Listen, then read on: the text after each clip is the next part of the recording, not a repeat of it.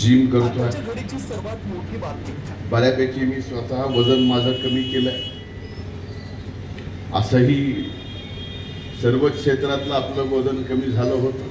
आताच्या घडीची सर्वात मोठी बातमी. पण येणारा काळ आपला आहे आणि त्या काळात आपण अतिशय चांगलं फिट राहायला पाहिजे यासाठी मी आता जिम करतो.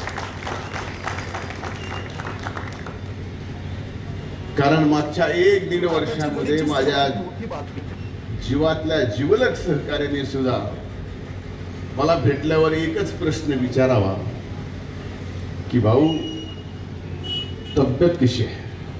आताच्या घडीची सर्वात मोठी बातमी. मी ते ऐकून ऐकून ऐकून एवढं परेशान झालो होतो की मी म्हटलं आता आपण आपला चमत्कार दाखवावा लागेल. जिम करतोय. आताच्या घडीची सर्वात मोठी बातमी. कामाच्या व्यापामुळं कधीतरी कमी जास्त होत आहे. पण वकील साहेब एक सभा आपल्याला अशी करायची आहे की ज्या सभेत मी भाषण करणार नाही. तर या वयात सुद्धा आपण शारीरिक किती सदृढ आहेत याच्यासाठी सभेला आलेल्या लोकांना आपलं शर्ट काढून दाखवायचं आहे की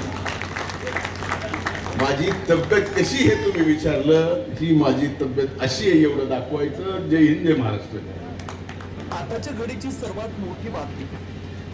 मी ज्यावेळेस जिम चालू केली माझा स्वतःचा अनुभव सांगतो.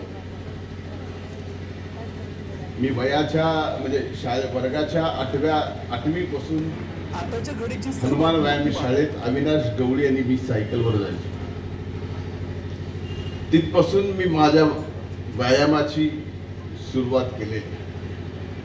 त्या हनुमान व्यायाम शाळेतल्या आताच्या घडीची सर्वात मोठी कुस्तीच्या हौदात मी कुस्ती सुद्धा खेळलेली. त्यानंतर पुण्याला असताना जिम करायचो, इथं असताना जिम करायचो. घडीची सर्वात मोठी बातमी.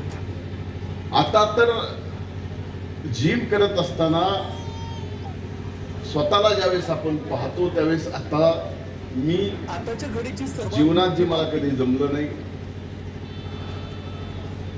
ते आता मला जमायला लागले की जिम करत असताना आपण आपल्याकडे ज्या वेळेस पाहतो आरशामध्ये त्यावेळेस आपल्याला आपल्यावरती प्रेम होतं. आताच्या घडीची सर्वात मोठी बातमी.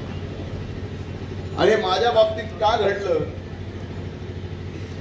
पूर्वी कधी काळी मी जो व्यायाम काढलेला आहे त्यावेळेस जे माझे मसल बनले मोठी बातमी. ते आता परत लवकर मसल दिसायला लागले. याचं कारण आपल्या मेंदूच्या मेमरीपेक्षाही मसल मेमरी जास्त स्ट्रॉंग